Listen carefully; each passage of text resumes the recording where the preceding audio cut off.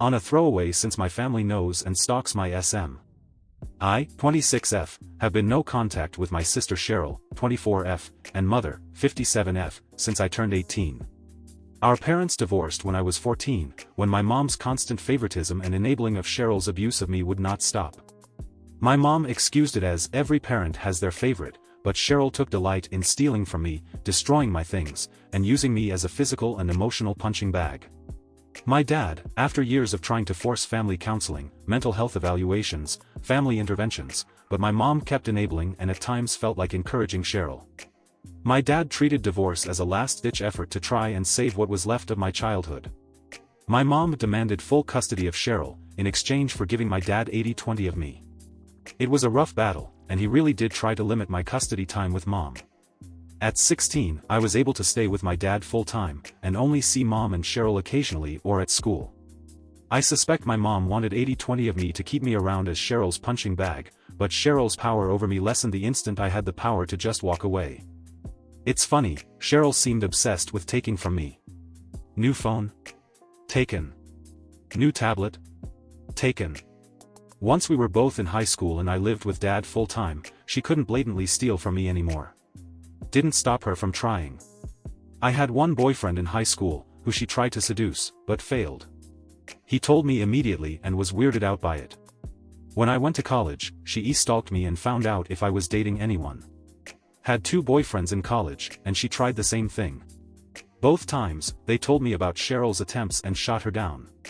This part might need explanation. Cheryl is conventionally attractive, like from across the room, but since she was a teenager, she has a hygiene issue. She showers once every 2 weeks and uses a combination of scented hand lotion and perfume that combines with her BO into a new mega stench versus covering up. My last college boyfriend remarked that when she put her hand on his shoulder, he was immediately grossed out by her nails. When I was in college, Cheryl also attempted to get a credit card in my name, but I had a lock on my credit, courtesy of my father who feared my mom would try this first.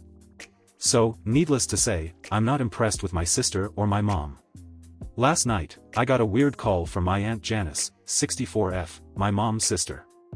I haven't talked to this woman in nearly a decade and suddenly she's calling me. She asked me what I heard. I heard nothing, so I was confused. She instantly was like, "Good. Cheryl needs a place to stay. Your mom kicked her out." I was immediately like, "Excuse me? No?" Janice then kept begging me to let Cheryl stay at my place, at least for a few days, for my mom to cool down. I told Janice that I haven't talked to Cheryl, my mom, or her in years, that you are all strangers to me, and last time we all talked you aren't my favorite people. Janice then kept saying, "Family helps family, and, it's just for a few days, it'll be fine." I finally blocked the number, but I did get a confused call from cousins confused that I cut my sister and mom off, as if it happened recently and not almost a decade ago. The cousins, from my mom's side, rarely talked to me, so they were just as confused as I was and wanted clarification. I'm debating on telling them the details, but I'm thinking of just telling them it's not their business. But I can't help but think I should have handled the call with my aunt better. Ada for how I told my aunt that I want nothing to do with my mom and sister. Update: January 26, 2024. Talked to 2 of my cousins over the phone and explained that I've been no contact with my mom and sister since I was 18, still saw them both a handful of times, but never interacted with them directly. As suggested, gave Cliff Notes version of what happened with my sister and mom that made me want to cut them both off. One cousin said, "Figures," and the other said, "Makes sense." Aunt sent a message via Facebook Messenger of, "I had no idea it was that bad." She did, and that she will leave me alone about it from now on. Overall, felt good starting my Friday, until noon today. My husband and I work from home, and we were both surprised when our Ring doorbell said we had someone buzzing the front door. Checked the camera and, yup, it's my sister Cheryl with 2 suitcases. Went to the door and kept the screen door closed and locked, but opened the front door. I could still smell her weird BO through the screen door, so her hygiene has not improved since I last knew her. Cheryl tried to go, "Hey sis," all bubbly and like half my childhood didn't happen. I asked what she wanted. She said her and mom got in a fight, wouldn't say what the fight was about, and asked to stay with me. I said, "Absolutely not," and she started crying. Then she said she didn't want to tell me this, but her and my husband have been having a 6-month-long affair, and that she couldn't hold it in anymore and that blood sticks with blood. It was that moment my husband rounded the corner and said, "Say what?" My sister looked confused and asked who the hell the man behind me was, and I almost laughed because I realized what happened. Since Thanksgiving onward, my husband grew a small beard for the first time. Most of his pics on social were him cleanly shaven, so of course Cheryl would have no idea what he looked like with the beard. I said, "That's my husband," and she tried to recover. It was sad and pathetic. I simply said, "Bye Cheryl," and closed the door. 10 minutes of her continually buzzing the ring and knocking, pleading, and she finally left. Called both cousins and asked what the hell this is all about, and why did my mom kick Cheryl, her favorite child, out. One cousin only knew bare bones, but the other knew the details. When my parents first divorced, there was a guy my mom brought in almost immediately who I call Scumbag Tom. Him showing up and the start of the divorce felt highly suspect, but he was always a weird guy that I never liked being around. I did ask my dad if he thought mom cheated on him with Tom, and he said Tom was the least of his worries, and the lowest of his priorities when it came to the divorce. Long story short, Cheryl slept with Tom, mom found out, kicked Cheryl out, and Tom stayed, swearing Cheryl tricked him somehow. Just Cheryl staying super classy, and mom found the one thing she wouldn't tolerate Cheryl doing. God, I'm glad I cut these people out of my life. Update, January 27, 2024. Last 12 hours have been a roller coaster. I talked to my dad again today, had him visit, and told him what Cheryl had done, and dad sat down on the couch and started laughing and crying and shaking his head. I was really worried because I was afraid he was having a medical issue. He finally caught his breath and told me the family secret. During the divorce, my mom was apparently extremely vicious and even attempted to keep me full-time. I wasn't told this.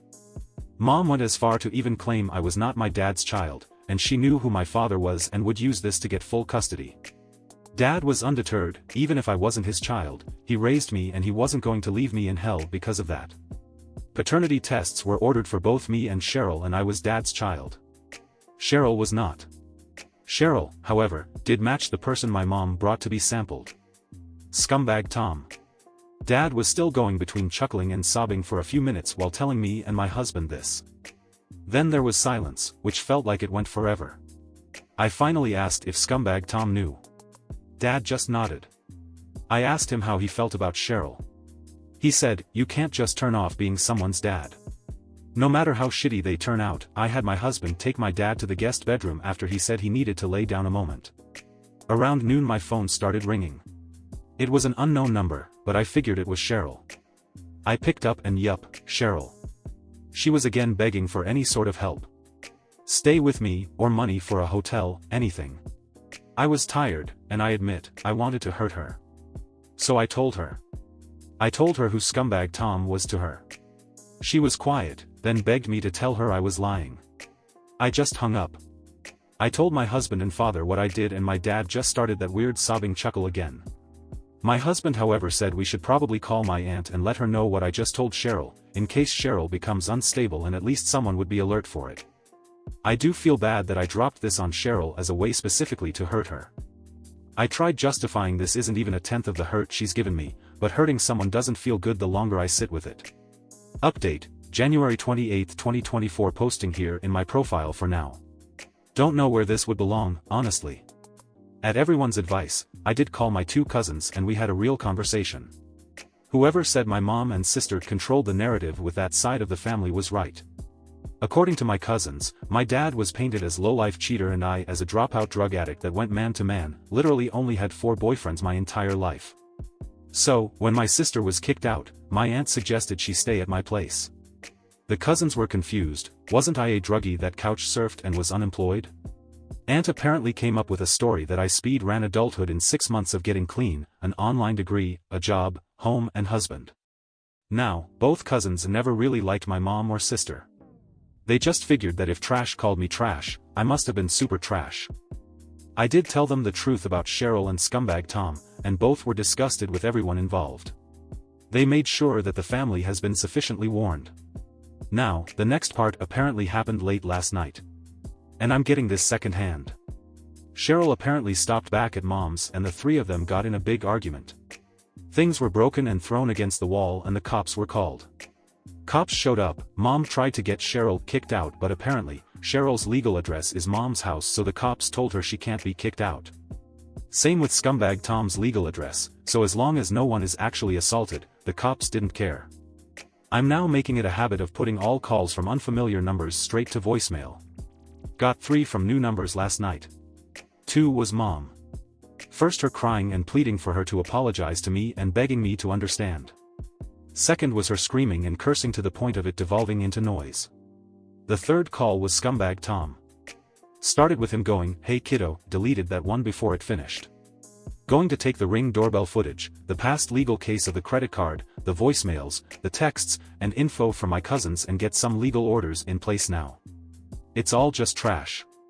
Trash. Update February 1st, 2024. I mentioned on my profile that I cleared up the narrative about me to my cousins. Mother and sister spun a tale that I was a hot mess, couldn't keep a job, slept around, did drugs, couch surfed. When my sister was kicked out, my aunt decided to suggest Cheryl stay with me, which made my cousins confused. Wasn't I a hot mess? Aunt then made up a story that I got my life together, got clean, a degree, career, house, and husband in 6 months' time. Cousins were skeptical, but they thought that since my mom and sister were trash, if they called me trash, I must have been super trash, so they always kept a distance away. That's since been cleared up. For the most part, the cousins wanted to stay away from the epicenter of drama bombs. The next part one heard in part from 2 of my cousins. Cheryl decided to head back home, and her and Mom got into a big argument, and Scumbag Tom decided to jump in. Cops were called, everyone's addresses were verified, and the cops' attitude was, since no one was assaulted, no one is allowed to kick anyone out, and left. I've been getting calls from all family members now. Mom, Cheryl, and Scumbag Tom go straight to voicemail, and I'm collecting as much of it as possible, and have been sending it to the police.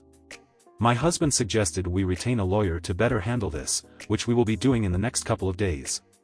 Aunt is acting very apologetic and keeps claiming she didn't know the abuse was as intense as it was, and thought the problems I had with Cheryl was stupid sibling stuff. But, she said we shouldn't cut Mom and Cheryl out of our lives just yet. No one else on Mom's side of the family is willing to lend any help or support, except for Aunt. I am, however, getting more calls from cousins, second cousins, and other members of Mom's family wanting to reconnect now that they know the truth. Sort of not sure if I should even dedicate any time to them. They didn't lend my father or I any support during the divorce or afterwards. Part of me understands that it's because my mom and sister spun a hell of a narrative, but at least according to my cousins, her side of the family thought Mom and Cheryl were trash anyways, but still associated with them. I might reconnect more with my aunt's kids, the 2 cousins, since they approached me when this whole mess started with confusion and asked for clarification, not outright trying to browbeat me into accepting my sister into my home. Thank you for joining me today. Don't forget to connect with each other in the comments below. Until next time, be kind, be curious, and I'll catch you in the next video. Corner Stories signing off.